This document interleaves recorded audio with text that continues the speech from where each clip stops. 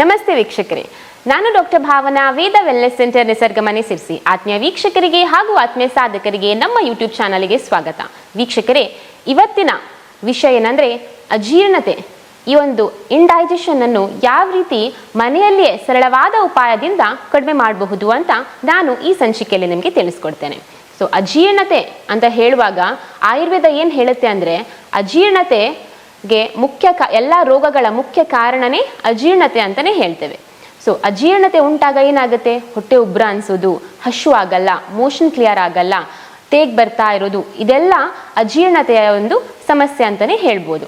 ಅಜೀರ್ಣತೆ ಅಂತ ಹೇಳುವಾಗ ಹೊಟ್ಟೆಯಲ್ಲಿ ಅಗ್ನಿ ಸರಿಯಾಗಿ ವರ್ಕ್ ಮಾಡ್ತಾ ಇಲ್ಲ ಅಂತ ಹೇಳ್ಬೋದು. ಸೊ ಹೊಟ್ಟೆಯಲ್ಲಿರುವಂತಹ ಅಗ್ನಿ ಕರೆಕ್ಟಾಗಿ ವರ್ಕ್ ಮಾಡಿದರೆ ನಮಗೆ ಮೋಷನ್ ಕ್ಲಿಯರ್ ಆಗುತ್ತೆ, ಹೊಟ್ಟೆ ಉಬ್ರ ಆಗುವುದಿಲ್ಲ, ಹಶು ಕರೆಕ್ಟಾಗಿ ಸಮಯಕ್ಕೆ ಹಶು ಆಗುತ್ತೆ ಅಂತ. ಸೊ ಮೇನ್ ಆಗಿ ಏನು ಹೇಳ್ಬೋದು ಅಂದರೆ, all the diseases begin in the gut ಅಂತಲೇ ಹೇಳಬಹುದು. ಸೊ ಏನೆಲ್ಲ ಪರಿಹಾರ ಅಂದರೆ, ಶುಂಠಿ ಕಷಾಯ ಮಾಡುವಂಥದ್ದು. ಓಕೆ, ನನಗೆ ಶುಂಠಿ ತಗೊಂಡ್ರೆ ಬಾಡಿ ತುಂಬ ಹೀಟ್ ಆಗುತ್ತೆ ಅಂತ ಕೆಲವರು ಅನ್ಕೋತಾರೆ. ಆದರೆ ಶುಂಠಿ ಕಷಾಯ ಮಾಡೋದ್ರಿಂದ ಬಾಡಿ ಹೀಟ್ ಆಗುವುದಿಲ್ಲ. ಯಾಕಂದರೆ ನೀವು ಟೀ ಕಾಫಿ ಕುಡಿಯುವಾಗ ಹೀಟ್ ಆಗಬಹುದು, ಆದರೆ ಶುಂಠಿ ಕುಡಿಯೋದ್ರಿಂದ, ಕಷಾಯವನ್ನು ಕುಡಿಯೋದ್ರಿಂದ ಬಾಡಿ ಹೀಟ್ ಆಗಲ್ಲ. ಸೊ ಏನೆಲ್ಲ ಇಂಗ್ರೀಡಿಯೆಂಟ್ಸ್ ಬೇಕು? ಒಂದು ಸ್ವಲ್ಪ ಶುಂಠಿ, ಅದಕ್ಕೆ ಒಂದು 2 ಚಿಟಿಕೆ ಸೈಂಧವ ಲವಣ, ಇದನ್ನು ಮಿಕ್ಸ್ ಮಾಡಿಕೊಂಡು ಡೈಲಿ ಒಂದು 11 ಗಂಟೆ ಸಮಯ ಆಗಬಹುದು ಅಥವಾ 4 ಗಂಟೆ ಸಮಯದಲ್ಲಿ ಡೈಲಿ ಉಪಯೋಗಿಸ್ತಾ ಹೋಗೋದ್ರಿಂದ ಅಜೀರ್ಣತೆಯ ಸಮಸ್ಯೆಯನ್ನು ಕಡಿಮೆ ಮಾಡಲಿಕ್ಕೆ ನಿಮಗೆ ಹೆಲ್ಪ್ ಆಗ್ತಾ ಹೋಗುತ್ತೆ. ಅದೇ ರೀತಿ 2ನೇದ್ದು ಸೋಂಕಾಳು, ಬಡೆ ಸೊಪ್ಪು, ಫೆನಲ್ ಸೀಡ್ಸ್ ಅಂತ ನಾವೇನು ಹೇಳ್ತೇವೆ. ಇದನ್ನು ಯಾವ ಸಮಯದಲ್ಲಿ ತಗೋಬೇಕು?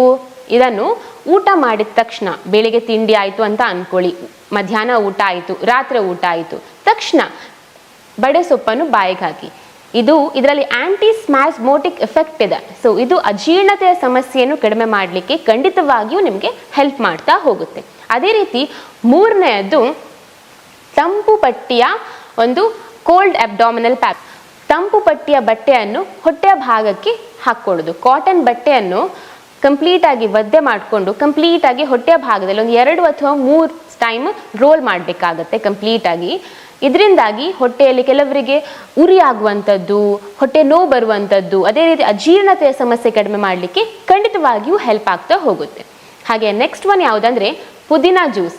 ಇದು ತುಂಬಾ ಇಫೆಕ್ಟಿವ್ ಹೋಮ್ ರೆಮಿಡಿ ಅಂತಲೇ ಹೇಳಬಹುದು. ಒಂದು ಸ್ವಲ್ಪ ಪುದೀನ, ಅದಕ್ಕೆ ಕುಕುಂಬರ್, ಸೌತೆಕಾಯಿ, ಬೇಕಿದ್ರೆ ಒಂದು ಸ್ವಲ್ಪ ನಿಂಬೆ ಹಣ್ಣಿನ ಜ್ಯೂಸ್ ಹಾಕ್ಕೊಂಡು, ಶುಂಠಿ ಹಾಕ್ಕೊಂಡು ಮಿಕ್ಸ್ ಮಾಡಿ ಜ್ಯೂಸ್ ಮಾಡಿ ಡೈಲಿ ಕುಡಿತಾ ಹೋಗ್ಬೋದು.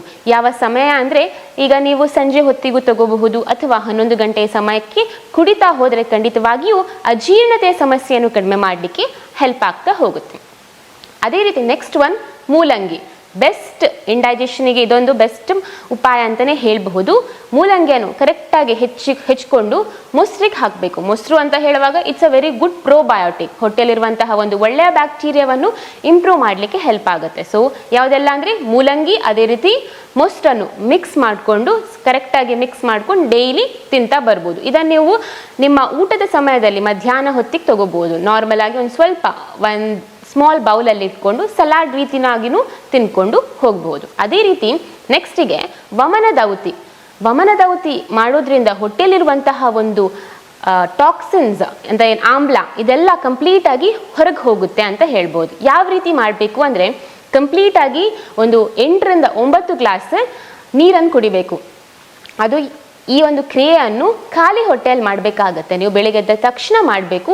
8 to 9 ಗ್ಲಾಸಸ್ ಆಫ್ ವಾಟರ್ ಕಂಪ್ಲೀಟಾಗಿ ಕುಡಿಬೇಕು. ಅದಾದಮೇಲೆ ಬಾಯಿಗೆ ಕೈ ಹಾಕ್ಕೊಂಡು ವೊಮಿಟ್ ಮಾಡಬೇಕಾಗತ್ತೆ. ಸೊ ಇದರಿಂದಾಗಿ ಹೊಟ್ಟೆಲಿರುವಂತಹ ಟಾಕ್ಸಿನ್ಸ್ ಕಂಪ್ಲೀಟ್ಲಿ ಹೊರಗೆ ಬರಲಿಕ್ಕೆ ಹೆಲ್ಪ್ ಆಗುತ್ತೆ. ಈ ಒಂದು ಕ್ರಿಯೆಯನ್ನು ಹರ್ನಿಯ ಸಮಸ್ಯೆ ಇರುವವರು ಮಾಡಬಾರ್ದು.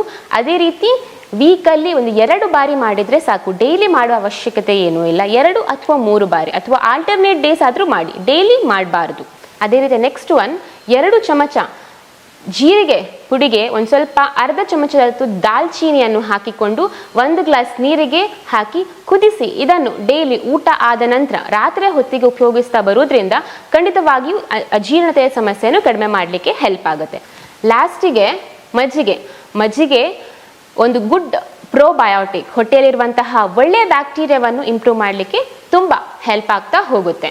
ಸೊ ಡೈಲಿ ಊಟ ಆದಮೇಲೆ 1 ಗ್ಲಾಸ್ ಮಜ್ಜಿಗೆಯನ್ನು ಉಪಯೋಗಿಸುವಂತು. ಈಗ ನಾರ್ಮಲ್ ಆಗಿರುವಂತಹ ಮಜ್ಜಿಗೆ ಬೇಕಿದ್ರೆ ಅಥವಾ ಮಸಾಲ ಮಜ್ಜಿಗೆ ಮಾಡ್ಕೊಂಡು ತಗೋಬಹುದು. ಹುಳಿ ಮಜ್ಜಿಗೆ ಅಂತೂ ಇರಲೇಬಾರ್ದು. ಸೊ ಮಸಾಲ ಮಜ್ಜಿಗೆ ಮಾಡುವಾಗ ಏನು ಮಾಡ್ಬೋದು, ಕೊತ್ತಂಬರಿ ಸೊಪ್ಪು, ಬೀಜ, ಶುಂಠಿ ಇದನ್ನೆಲ್ಲ ಮಿಕ್ಸ್ ಮಾಡಿಕೊಂಡು ಅಥವಾ ಪುದೀನ ಜೊತೆನೂ ಮಿಕ್ಸ್ ಮಾಡಿಕೊಂಡು ಆ ಥರ ಮಸಾಲ ಮಜ್ಜಿಗೆ ಥರ ಮಾಡಿಕೊಂಡು ಡೈಲಿ ಉಪಯೋಗಿಸ್ತಾ ಹೋಗೋದ್ರಿಂದ ಇಂಡೈಜೆಷನ್ ಸಮಸ್ಯೆಯನ್ನು ಖಂಡಿತವಾಗಿಯೂ ಕಡಿಮೆ ಮಾಡಲಿಕ್ಕೆ ನಿಮಗೆ ಹೆಲ್ಪ್ ಆಗುತ್ತೆ ವೀಕ್ಷಕರೇ. ಗೊತ್ತಾಯ್ತಲ್ಲ, ಯಾವುದೆಲ್ಲ ಸರಳವಾದ ಮನೆಮದ್ದು ಮಾಡೋದ್ರಿಂದ ಅಜೀರ್ಣತೆಯ ಸಮಸ್ಯೆಯನ್ನು ನಿಮಗೆ ಕಡಿಮೆ ಮಾಡಬಹುದು ಅಂತ ನಾನು ನಿಮಗೆ ಈ ಸಂಚಿಕೆಯಲ್ಲಿ ತಿಳಿಸ್ಕೊಟ್ಟಿದ್ದೇನೆ. ಅದೇ ರೀತಿ ನಮ್ಮ ಈ ವಿಡಿಯೋ ನಿಮಗೆ ಇಷ್ಟವಾದಲ್ಲಿ ನಿಮ್ಮ ಫ್ರೆಂಡ್ಸ್ ಜೊತೆ ಶೇರ್ ಮಾಡಿ, ಅದೇ ರೀತಿ ಲೈಕ್ ಮಾಡಿ. ಧನ್ಯವಾದ.